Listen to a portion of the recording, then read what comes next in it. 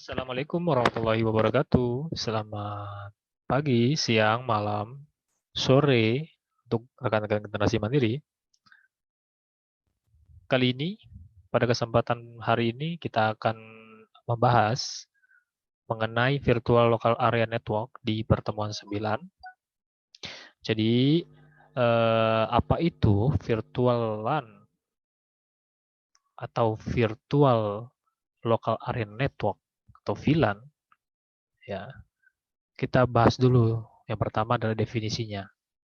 Definisi VLAN atau Virtual Local Area Network merupakan sebuah teknologi yang terdapat pada switch manager. VLAN biasanya digunakan untuk meningkatkan kinerja pada jaringan dengan memisahkan broadcast jaringan yang besar menjadi beberapa broadcast jaringan yang lebih kecil. VLAN juga menyediakan cara untuk menggabungkan beberapa buah VLAN agar dapat terkoneksi dengan satu buah VLAN. Metode ini kita sebut dengan namanya trunking. Pada dasarnya, pada sebuah switch hanya terdapat satu buah VLAN saja. Switch akan dikonfigurasikan terlebih dahulu untuk memiliki dua atau lebih interface VLAN. Nah, ini sebagai contoh gambaran untuk setting VLAN. Yang pertama, kita harus masukkan perintah ya pada switch, yakni perintahnya adalah show spasi VLAN spasi brief untuk bisa membreakdown VLAN mana saja yang sudah dibuat atau aktif. Ya, jadi nanti akan muncul di tampilannya seperti ini, VLAN dengan name-nya default, statusnya aktif, ya, portnya itu dari FA 0/1 sekian sekian sekian. Jadi perintah show ini supaya kita bisa melihat VLAN mana saja yang sudah dibuat pada switch tersebut. Nah,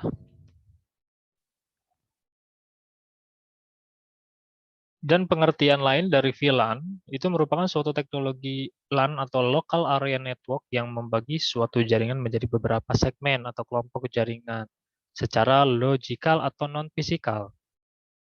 Konfigurasi jaringan VLAN dilakukan melalui perangkat lunak atau software, sehingga meskipun komputer anggota jaringan VLAN berpindah tempat, komputer tersebut tetap berada di dalam jaringan VLAN yang sama. Selanjutnya kita akan bahas keuntungan dari penggunaan VLAN. Ya. 1. Performance, yaitu VLAN mampu mengurangi jumlah data yang dikirim ke tujuan yang tidak perlu, sehingga lalu lintas data di jaringan tersebut bisa berkurang signifikan. Yang kedua, mempermudah administrator jaringan.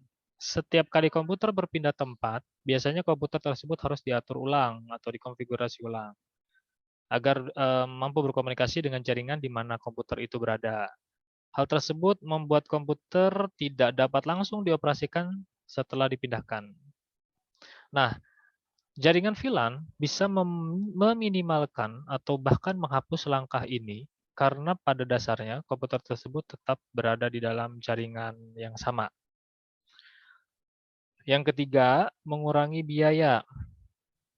Dalam jaringan yang menggunakan VLAN, kita bisa membuat jaringan yang private meskipun tidak sedang berada di dalam atau dekat jaringan utama.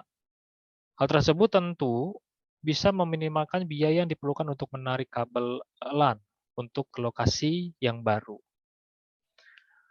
Yang keempat, faktor keamanan.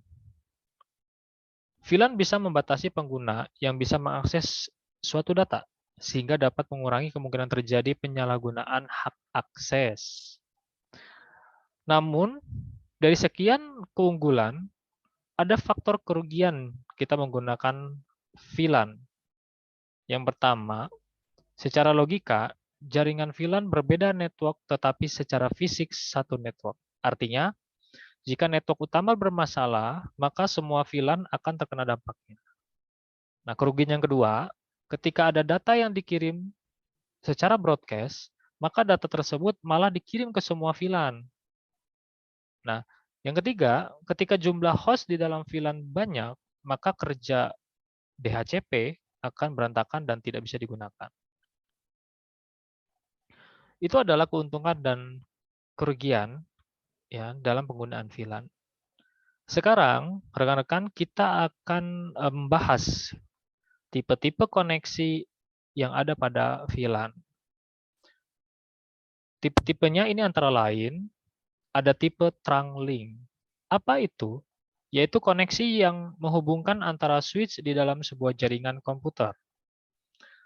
Lalu ada juga tipe access link. Apa itu? Yaitu koneksi yang menghubungkan ke PC atau data user.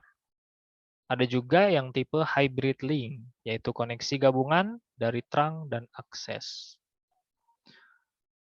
Jenis-jenis dari VLAN berbeda ya antara tipe dengan jenis. Ada jenis port based. Di sini dimaksudkan pemberian hak akses pada keanggotaan jaringan VLAN dilakukan dengan cara melakukan konfigurasi pada jenis port jaringan dan pengelompokannya ke dalam kelompok VLAN tersendiri. Apabila port tersebut akan dihubungkan dengan beberapa VLAN, maka port tersebut harus berubah fungsi menjadi port trunk atau VTP. Kelemahannya dari port base, pengguna tidak bisa berpindah anggota VLAN, sehingga jika ada pengguna yang berpindah, maka administrator jaringan harus mengatur ulang. Terus ada juga jenis MAC base. Ya, dalam jenis tersebut, pemberian hak akses atau keanggotaan pada jaringan VLAN itu didasarkan pada alamat MAC yang dimiliki oleh setiap perangkat. Setiap switch pada sebuah jaringan komputer memiliki tabel MAC address dari setiap komputer yang terhubung beserta kelompok VLAN tempat komputer itu berada. Oh iya, MAC address merupakan suatu bagian yang mendukung fungsi Ethernet card atau NIC alias Network Interface Card di setiap perangkat. Namun, pada jenis MAC base, kelebihan dari jenis VLAN ini adalah apabila ada pengguna yang berpindah-pindah, maka pengguna tersebut akan tetap terdaftar sebagai anggota dari VLAN tersebut. Sedangkan untuk kekurangannya dari jenis ini adalah setiap switch harus diatur secara manual. Untuk jaringan yang memiliki ratusan workstation atau switch, maka tipe VLAN yang ini itu kurang efisien untuk dilakukan. Ya. Kita lanjut ke jenis yang ketiga yaitu protokol base. Untuk protokol base ya kita lihat dulu faktor cara kerja VLAN ini.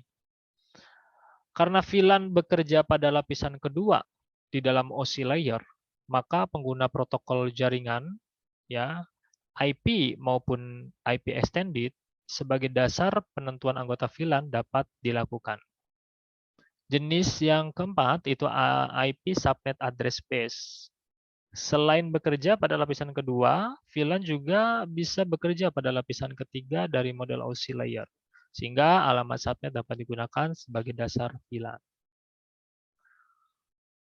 Lalu ada juga jenis authentication base. Suatu perangkat atau komputer bisa diletakkan secara otomatis di dalam jaringan VLAN yang dikelompokkan berdasarkan autentifikasi pengguna atau komputer dengan protokol 802.1x. Lalu jenis selanjutnya ada application atau combination base. Untuk menentukan suatu VLAN, sangat dimungkinkan untuk dilakukan berdasarkan aplikasi yang dijalankan atau kombinasi dari semua jenis yang telah kami jelaskan di atas untuk diterapkan ke dalam suatu jaringan. Contoh, aplikasi FTP atau File Transfer Protocol itu hanya bisa digunakan oleh VLAN 1 dan Telnet hanya bisa digunakan pada VLAN